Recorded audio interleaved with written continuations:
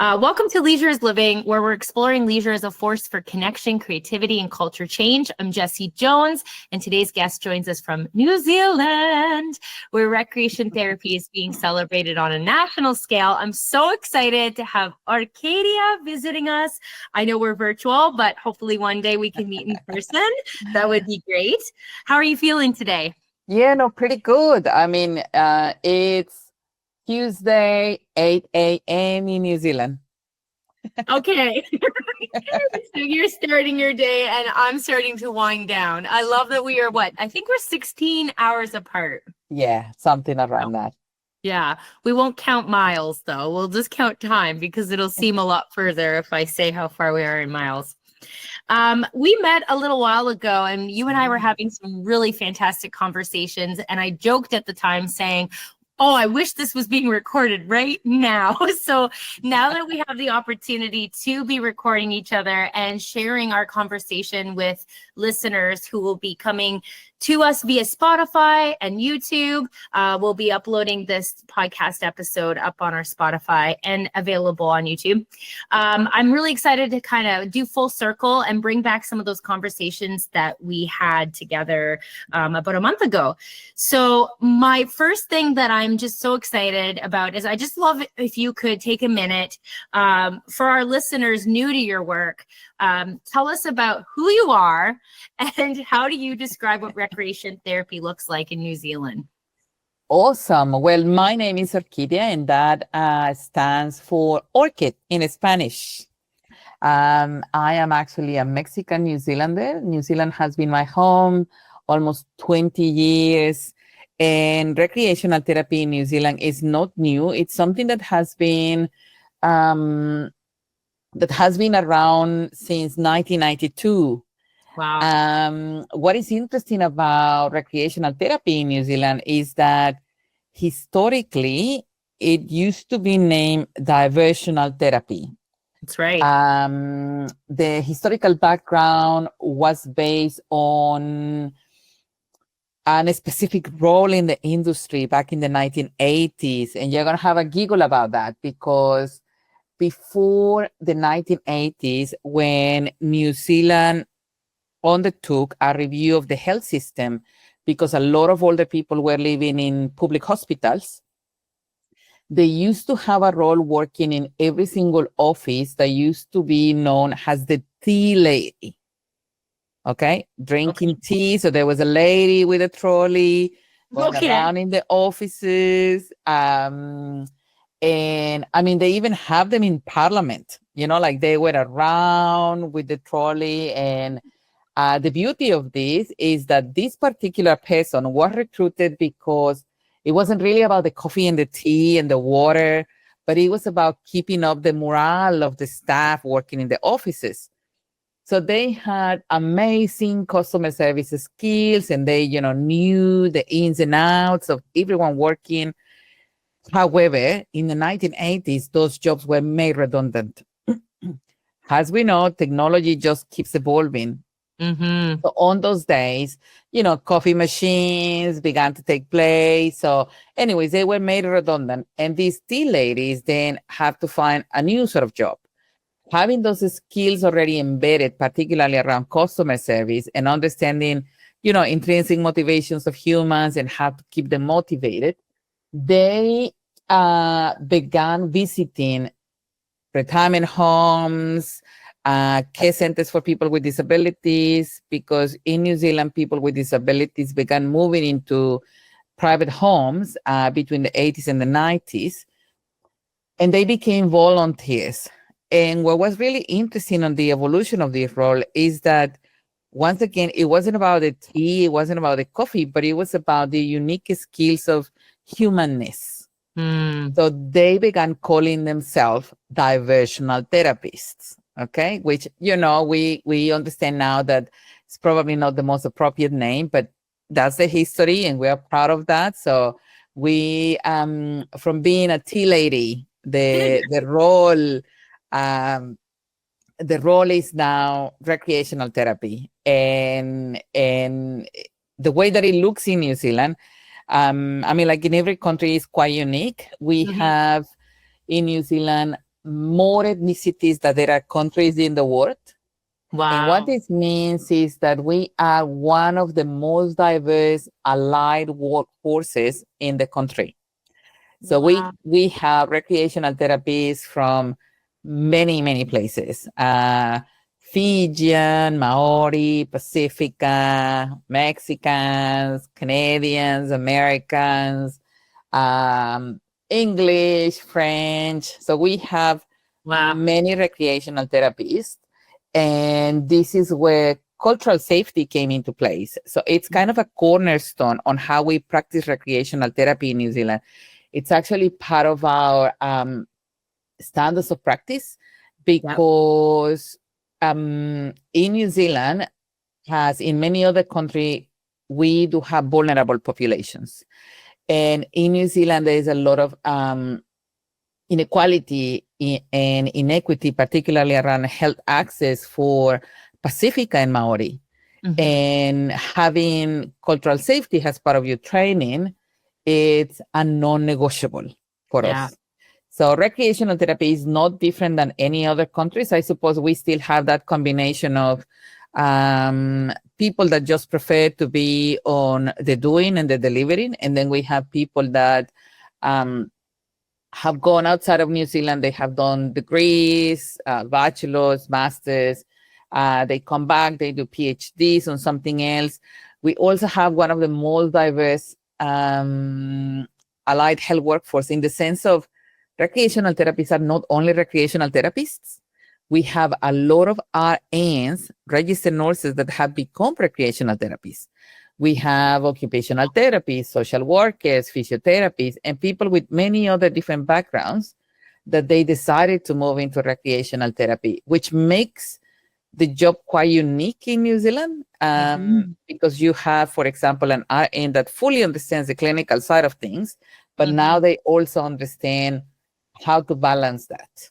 Wow. That is really beautiful and such a big piece of collaboration coming together from all different backgrounds and experiences. It truly is therapeutic recreation at its essence, right? And when you were sharing that with me, something that kept coming up to me that I want to ask you is, how can professionals then approach unfamiliar cultural traditions when they're working in New Zealand? For example, Matariki, or like Dia de los Muertos. So thinking about respect and curiosity rather than appropriation. How do you work through that in New Zealand with so many backgrounds? Yes, look, and that is a fundamental. And thank you so much for asking that, because I'm going to give you an example, okay? Because it's probably easy for people to relate to an example. Look, this example is from 10 years ago. And things have changed a lot since. For example, Matariki, which is the Maori New Year. Think about Chinese New Year. Think about, normal New Year. Matariki only became a public holiday a few years ago. Okay, not more than 4 years ago, became a public holiday. And it's normally celebrated June, July. So before Matariki, 10 years ago, I was working in a care home. It was more hospital care. And I was just to kind of observe and do a little bit of consultancy. And the beautiful recreational therapists working in there, they were getting ready for St. Patrick's Day. Okay. So St. Patrick's Day has, everyone goes green on St. Patrick's Day around the world. Everything, you name it. Green tea, green talks, green food, everything. You can even feel the music green, hey? But anyways, so the point to that was that this hospital place was the home of probably around 50 people. And I was really, really curious because, believe me, they went just overboard with all the celebration. And it was beautiful. And, there was a lot of fun. And And everyone seemed to be quite happy and everyone enjoyed that. And that was amazing. Anyways, I came back a few months later for Matariki. And what I thought was really, really interesting is that I saw the recreational therapists in some tables, and they were painting stars because Matariki is based on the Pleiades, the stars, and it was good. You know, it was a low impact, what I will call a low impact recreational activity. And there was only a few residents in there. There was obviously a Maori resident, and he was onto it, and that was it. I think the activity lasted maybe 45 minutes, and then everyone just picked up everything, and the day just went on. So when we did some reflections about that a week later, because I actually talked to them and I wanted to talk about that cultural safety component and the thoughts, because sometimes just because I am a trained recreational therapist, or I might have a master's and a PhD or whatever, that doesn't really mean that what I have been doing for many years is the right thing to do this time. That's why it's so important that we keep up to date with knowledge, particularly in our roles. And I said, hey guys, so let's do a comparison about what happened in St. Patrick's and what happened in Matariki, because I would love to hear your thoughts. And they say, yes, let's talk about it. And then I used to start asking a few questions. I started asking a few questions, and I said, hey, for St. Patrick's, how many residents in the home are actually of Irish descent? What was it? Like zero? None? And I'm like, okay, that's okay, because we're not here to judge. We're only here to talk. Yeah. And you know, oh no, probably none. But you know, we know that St. Patrick's is a cool thing to do, and we just did it. And I praised them, and I said, look, it was actually it was awesome. Like, you know, I had a lot of fun. And then I said, how many Maori residents do you have in the hospital? And they were like, oh, we have like 3 of them, but only 1 participates. And I'm like, okay, so that's okay. And then I said, did someone actually put as part of the goal that they wanted to, you know, reminiscence about Ireland, or maybe they might have an Irish connection, something that you were actually meeting the specific goal due to St. Patrick's? And they were like, not really, but it had to do about the social connection. And I'm like, you know, that's so good. I get that. But, you know, how did we link that to maybe only one person at least? And they said, well, not really. It's not kind of a goal. I think the goal is more the social thing. And I'm like, okay, that's awesome. And I said, how about you Maori residents? How do you know what are the things that they like? And they said, well, some of them have been on the care plans when they set up the goals. We have talked about that they want to keep connected to the culture. They want to keep connected to the celebrations. They want to keep connected to where they come from, and they want us to embrace their culture. And I'm like, that's awesome. Okay. Now, I want you to think about what are the disparities that you see between the way that you celebrated St. Patrick's and the way that you celebrated Matariki, and the pin drop. And I think that was the moment where they realized, oh my God, we are not practicing cultural safety, neither equity and equality right there. Okay. So I think that's a great example just to show that cultural safety is something that Maori registered nurse created. And it was because of that reason that we go above and beyond on things that sometimes are not even relevant to the culture of a person. But when it's about someone's uniqueness, we just don't think about that. So hopefully that answers your question. Yeah, it does. And it's something that we're always taking into account here in Canada too, and like how we create safety from all different aspects, right? Cultural safety, gender safety, psychological safety. And it's really important that in recreational therapy, and I think, life, I don't think you need to be a rec therapist to be thinking about these things. But it's particularly interesting when we get to work with so many people from all different backgrounds and experiences, how important it becomes that we are aware of how we are holding space. And I love that example that you give us. It actually gets me thinking about how has your identity as a Mexican New Zealander shaped how you view leisure, belonging, and well-being? Okay, look, I love that question because I was just doing a session for OTD, which is this massive global network of people that continue to advocate for keeping the doors open for people living with dementia around the globe. And I was talking to them with two friends of mine, one from Spain and another from Mexico, on how to raise awareness that every culture is unique. I mean, every person is unique. Yes. But we're talking specifically about culture and ethnicity. Now, in my case, and in many cases, it might be also for a Canadian living in Africa, okay?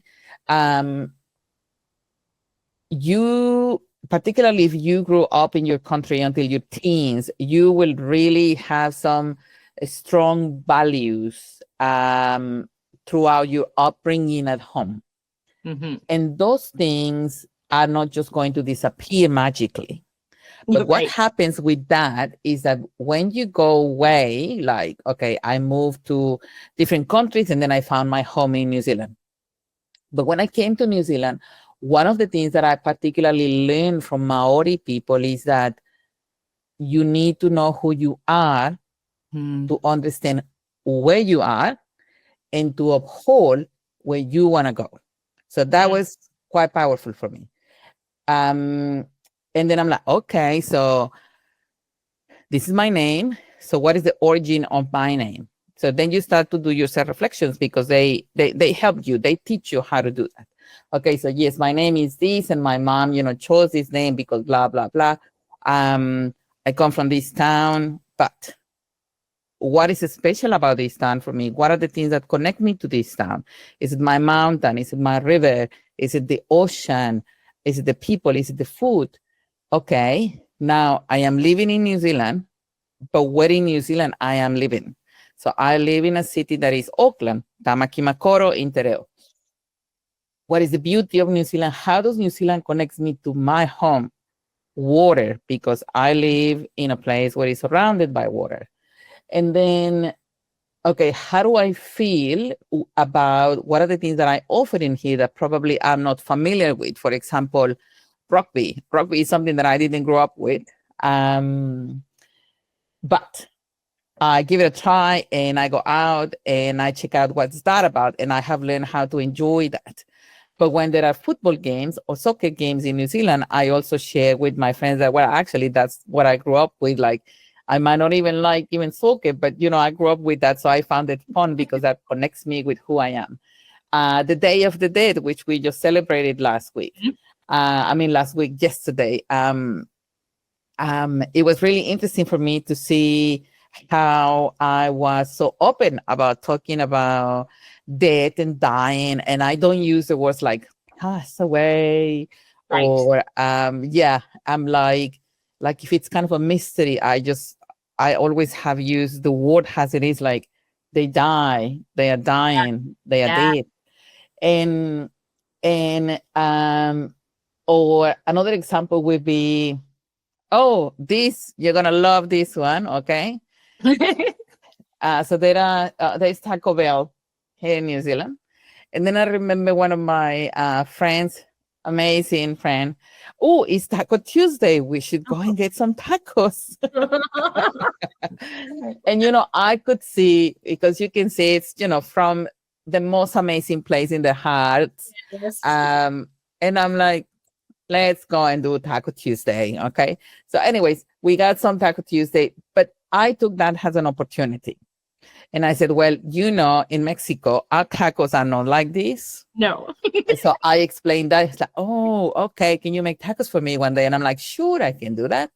Another example was Cinco de Mayo. I have, a couple of invitations from people to say, hey, do you want to come over? Do you want to bring your Mexican dress? We would love to see you. It's Cinco de Mayo.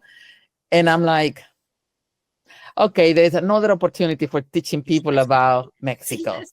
So I haven't really taken it in a negative spin, but I have taken it as an opportunity to educate people about who I am as a person, what is actually my culture, what are the things that are assumptions, what are the things that are just marketing that have been around for many, many years, but also about cultural appropriation, when it's like Halloween and people like to dress up like that Mexican sleeping on the cactus. So it's been really, really good to be able to bring my things and share them with them and to educate them and also enhance their own knowledge. Because otherwise we don't know what we don't know. We only go by what sometimes we see on the media, what other people are telling us, our own assumptions. So, it's been great. I hope that answers your question. No, it does. And I appreciate hearing your perspective, and like so much is going through my mind. I love when you bring up how from your experiences talking about death is relatively easy because that's part of your culture, and really honoring people who have, died and went on. And here sometimes, I'm not sure in New Zealand, but definitely in Canada, we love to use euphemisms for death, right? Like, oh, they've passed, they went to the other side. And interestingly enough, our guest previous to you, just at our last episode, it's coming out actually, is with Jenna Goodhan, and she actually does death work. So very much is asking people now, to sit in a room with her and say, let's talk about the thing that we're all going to do, and nobody wants to talk about it. It's like, and I love that because, again, it gets us to sit down and ask people, do you have experience with this? What's your take on this? Right. And when we think about cultures, and when I was listening to you talk about the tacos, it reminds me of when I visited other places and they asked me about, Canada and oh, you must love your maple syrup, and you must love this. And you're just like, you've just hit all of the stereotypes. Tim Hortons. And hockey and Tim Hortons. Yeah. I mean, I'm not.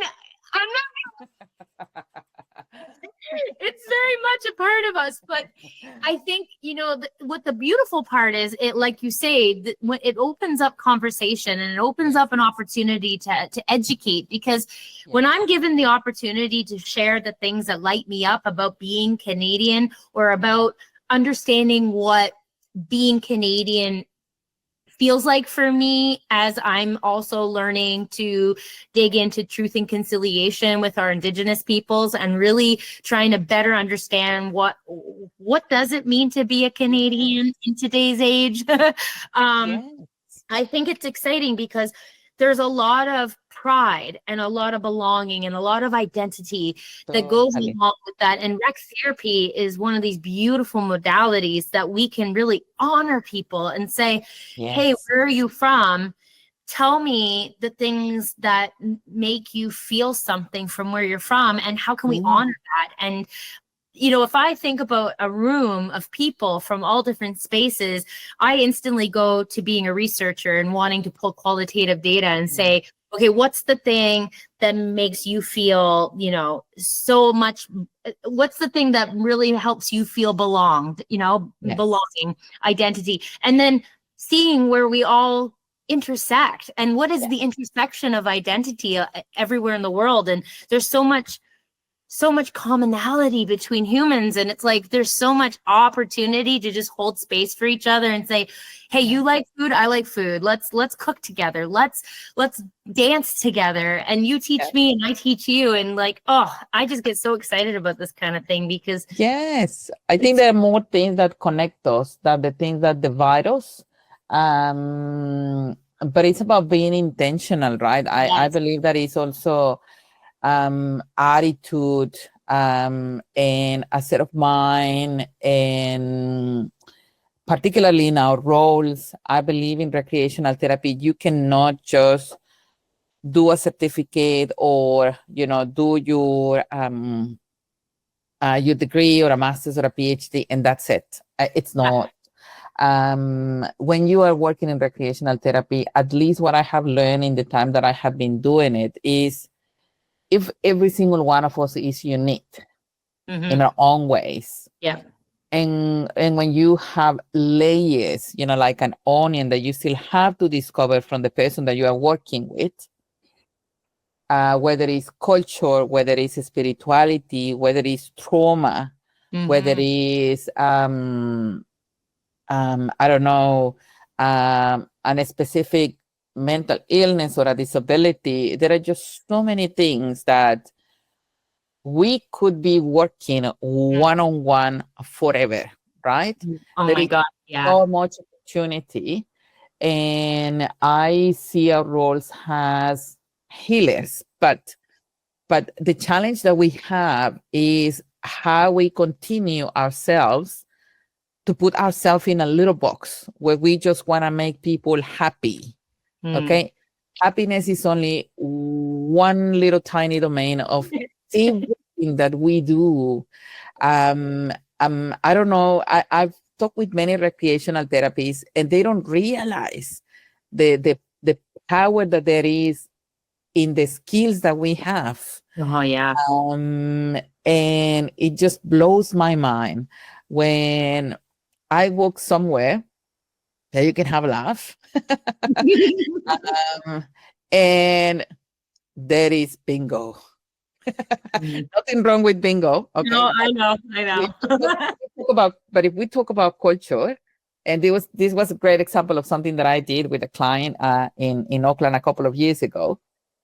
I am not going to go to bingo if you invite me because I didn't grow up with bingo.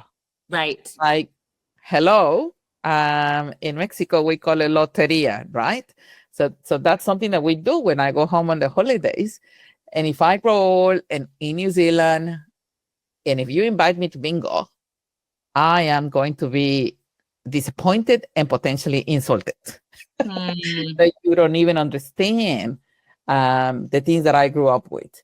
Right. Or you haven't even done your homework, right? Like music, it's another great example. We, I don't know how many places I have visited, and you are probably going to laugh at this too. And there is Andrew Rue everywhere. And nothing wrong with this man. He's this guy that plays, classical music, I think. Okay. He's like every care home in the world, everywhere that I have been, the man is playing on the TV. Anyway, so, nothing wrong with the man. But what I'm saying is, if I was born in India and I'm living in a care home, or if I am a disabled person now living in a residential home because I have a brain injury, but I grew up with a different type of music and you play that music all day long, of course I might be a little bit upset, or I might, tell you off. Yeah. So we, there's so much potential when we talk about individualized planning, individualized goals. There is so much that we can do, yet somehow we get stuck in some ways, and we need that little push to keep going. I love that. And it's so true. I think we naturally get stuck in ruts, And like you said, there's so much opportunity for recreation therapists to really expand. It's such an expansive role, and how we can support and show up for people. It kind of gets me thinking about recreation as a human right. And you and I have had lots of conversation in the past about this. And I guess like what's coming up for me is, what would it mean for our systems and institutions to truly design leisure equity across cultures? So, you know, like it's one thing to put on that music, but how can we make sure that the systems and you know, from a systemic level, that we're being aware that we need to do better work? What do you think about all that? Yeah, look, that is absolutely fascinating. And why I say fascinating, it's because every single person that I talk, regardless of their role, they don't see leisure as a human right. Yeah, that's wild to me. You know, it's part of the Universal Declaration of Human Rights. It is indeed. It is indeed.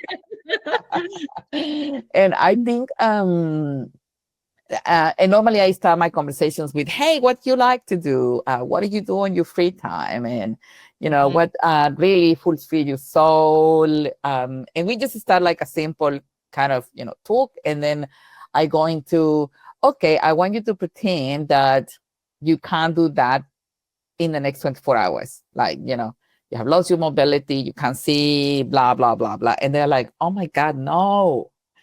And I'm like, right. So you have to put it into perspective for people to realize how important it is for your day-to-day. Okay, let's not call it happiness. For some people, it will be your day-to-day survival. That's right. Yeah. Because maybe you just are so exhausted, you are about to burn out, work, family, or a lot of commitments, and just walking out to that door, going for a walk or going for a swim, that is what is helping you to keep going. That's and if right. you don't do that, that's when you explode. So I don't think people realize, and this is education that we also need to continue to do around the world, because, you know, the Declaration of Human Rights is global, just saying. No, and I love that you keep bringing that up, because actually one of my thoughts when I was preparing for our conversation today was, we know that the Universal Declaration of Human Rights recognizes access to leisure as fundamental. But why do you think the recognition is still so radical today? Like, or if people are not recognizing this as a radical movement, how can recreation therapists really stand up and say, you know, JJRT does a very good job as our mantra of leisure is resistance? Because we really want people to understand that you're a rebel when you partake in leisure. And how can we like, tell me, how can we tolerate well, you know, I might not have the answer for every country, that's for sure, but this is what I do know, okay? And this is what I have been learning, and this is only based on my own experiences. I think you sometimes, when we are talking about being a rebel, I think we're also talking about disruption, but I see this disruption has a good way, in the good sense. Someone told me once that if you are not invited to something, you should not go, okay? And then I said, well, I'm really sorry, but if there is a meeting, particularly, I'm talking government level, I'm talking health level, that I know my voice is not on the table, I'm just going to have to invite myself. Because otherwise, if I don't invite myself, people will not have a clue of what I do. So one of the things that we have been doing, and I say we because I'm part of a team, although I'm normally the person that kind of invites myself, and then I delegate someone to go because I can't be everywhere. If there's a meeting, you know, about regulation of the workforce, okay, guys, you need to do this, because probably I can't do that because, you know, it's a conflict of interest because of my other role. So I put it to them. Okay, there is a a webinar about this. So I will just, invite myself to that webinar. There is a meeting, there is someone that you're going to be meeting through maybe another job. Then I bring up like, hey, do you know about recreational therapy? I think we need to get better at raising awareness. We are pretty good at, facilitating conversations. We are not pretty good at advocating about what we do, and that's why people don't understand that. It's how you articulate the message. Look, you can present people with research, okay? And people are all for evidence-based research and reading articles and the books, and that's good. But if you have the opportunity to talk to, I don't know, the Minister of Social Development for 5 minutes, what is it that you actually want them to get that therapeutic recreation is? And the best way that I have found that you can do that is find something that is relatable for them. I have found in my time doing this in New Zealand, politicians where the children were in care, the loved ones were in care. And when I use examples about that, that automatically makes them relate to what I am talking about. When you manage to use an example that they can relate to, that's when you have your breakthrough. If you go and you present a big project and, you're asking for funding, and I'm not saying that you shouldn't do this, but what I'm saying is it depends who you are talking to. It depends how you want to reach out, campaigns, use the social media, but in a way, share memes. I love sharing memes and silly things, but use it to provide implicit messages. Why wouldn't you? I think we just need to get a little bit smarter on that. And I agree with you. And I love when you give the example of what's the core of what we do and what's the impact that we can make relevant for people, right? So I often use the example of when my daughter was diagnosed with cancer at the age of 5. That was the critical moment when I saw rec therapy as a lifesaver, literally, because yes, the medical interventions were what were helping save her life, but it was her psychosocial, emotional well-being. Recreation therapists were able to really support her so that she could just focus on purpose and meaning. And I was witnessing that. That was when I knew that rec therapy it's magical. It really is. I know it's evidence-based. I know there's science behind it, but I always say there's something really whimsical about rec therapy that I don't think science will ever be able to capture, because I really think it is magical because it's soul work. It's like, I got goosebumps. And and look, and I think with our profession, because it's obviously subjective well-being, right? Yes. And I'm saying this respectfully. I think we have to get out of just doing research within our own little groups. Okay. We have to stop doing that, because we are already talking to the converter. We are doing research for the converter. We are writing articles for the converter. Okay. So that's good. We need to keep doing that. That's awesome.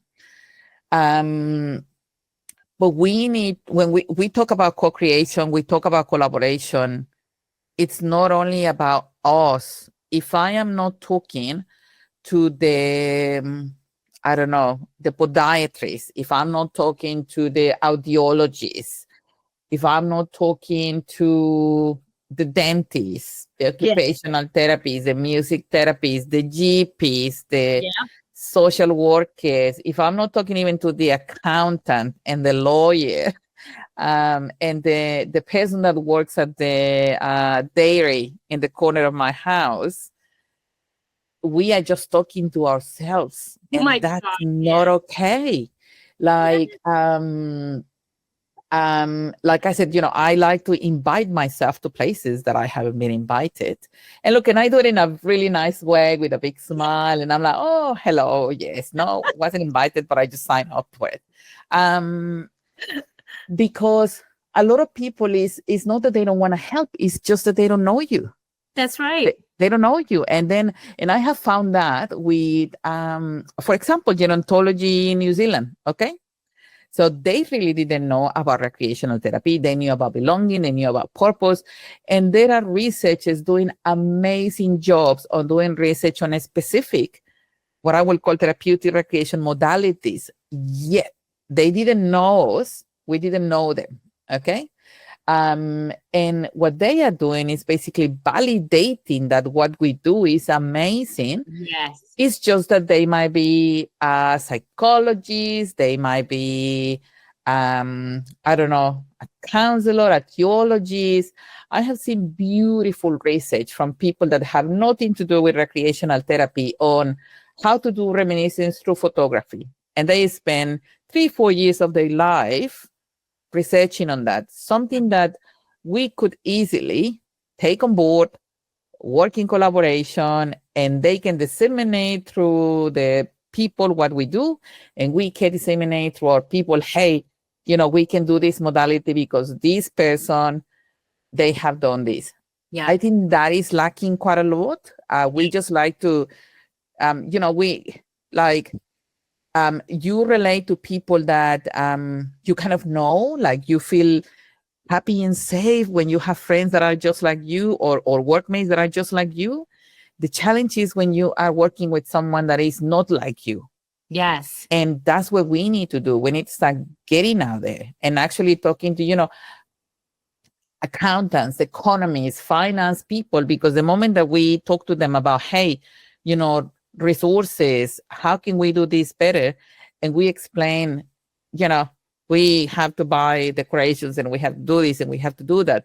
Then they actually can help you to have a framework on how to do those things better. But we don't think about that.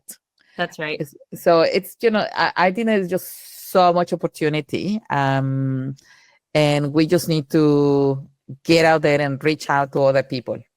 Yeah, you've said it so well, Orquedia, because we talk a lot about that at work too, at JJRT, about, collaboration and partnerships equal access.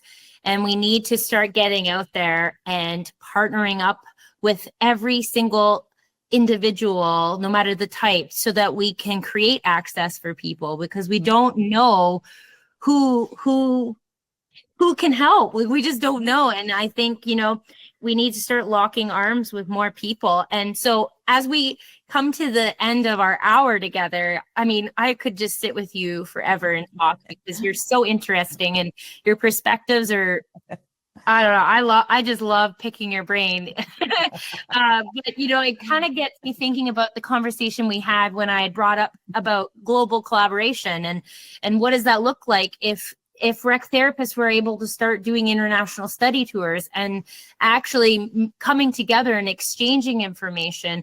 Like, tell me what role you think travel and cross-cultural learning play in advancing the field.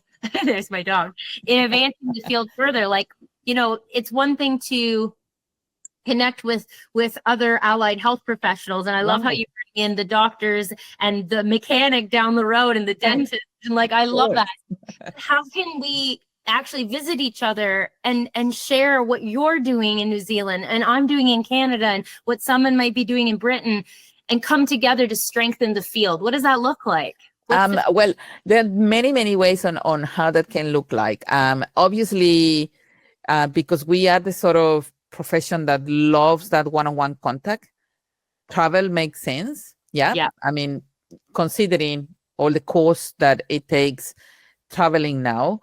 However, it's about the planning, right? Yeah. Like, we're pretty good at planning. So if we say, hey, Jesse, let's do a knowledge exchange in 2027, we know that we're going to have, at least a year and a half, depending on what month in 2027, to really organize things that will be relevant for our practice. And I'm not talking only about you're going to come to New Zealand and you're going to learn how to do recreational therapy in New Zealand, because, it's, I don't think bingo is different in other countries. The numbers are the same, I think.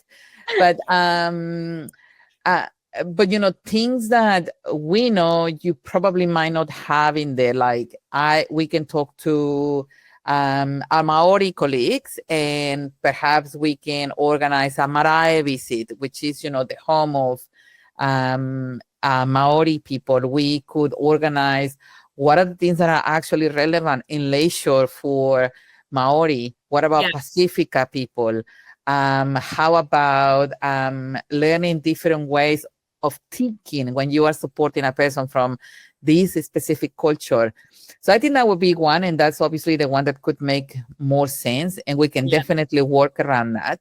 The second one would be to have a bigger collaboration on newsletters, writing articles, what we are doing today. With your amazing podcast. Because sometimes people don't think about that. Sometimes people think that it's only people that have all these degrees that can participate or they can write things, when actually that's not.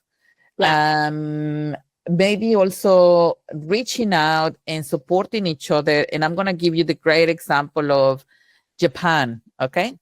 I love Japanese. They are called diversion therapy workers in Japan. Okay. So I love Japanese DT workers. One, because most of them already have another qualification: RNs, OTs, DTs, care workers, people working in the hospitals. Two, because they just have the attitude. Three, I have presented for them I don't know how many times, and honestly, my Japanese sucks. Yet I managed to apparently do a pretty good presentation, and they always want to learn. Okay, so Japanese when you present? No, not just the basics, but I have an interpreter. But the point is, I think the point is, they don't have a degree, not even a national certification in Japan. Okay, Right. It's only the Japanese Diversional Therapy Association, and they provide training for that would like to learn how to do diversional therapy. So what they do is they reach out to all of us and they say, can you please help me? Can you do a conference? Can you do some training? And look, some people obviously might be protective of the time, and they might say that there is a cost involved. But I think there is a point to where I like to think about our profession at a global level collaboration and co-creation. Yeah. So what I do for them is, yes, give me the day and the time, and I'll let you know how much time I can give you. That's great. And that's what I do for them. And look, and that's why I end up, presenting for them, I don't know, since 2015, I think. But I am being part of something that is evolving in Japan now, right? So those are my 2 cents. That's my legacy. I think that's something that we can also do, reach out to countries that they are still developing, yet they have the attitude, they have the people that want to learn, connect with people from another country. That doesn't really take a lot, but be intentional, right? Reach out to organizations. There are many people that speak different languages. There are probably organizations in other countries that we're not aware of that exist already. So do research, reach out to them, ask them questions, connect with someone. So there's many ways on how we can do it, but we have to be intentional. I love that. Intentional, purposeful, and just being present and doing our homework. I love that. It's good. It's doing the initial homework of understanding humans and where we're from. And okay, so we're going to close up, but awesome. I do have 2 questions for you. What brings you joy or rest outside of your professional work? And then I have one question after that for you. So, what brings me a lot of joy is going swimming. So if I don't go swimming, I just, I think it's like the end of the world for me if I don't do it at least a couple of days a week. Good for you. Hugging my husband every day.